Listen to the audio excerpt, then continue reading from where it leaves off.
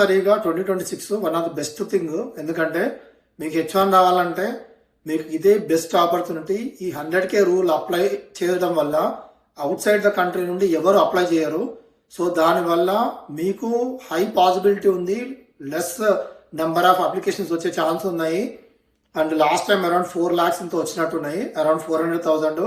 ఈసారి నా గెస్ ప్రకారం 200,000 కూడా రాకపోవచ్చేమో, ఆర్ మాక్సిమం 250K వస్తుందేమో.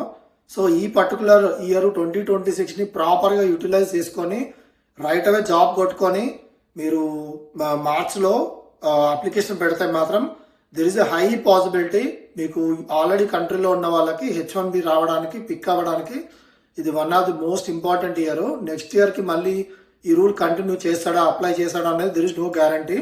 సో ఉన్న ఆపర్చునిటీని యూటిలైజ్ చేసుకోండి, కంపల్సరీ జాబ్ కొట్టేసి H1 తెచ్చుకోండి ఈ పర్టికులర్ 2026లో.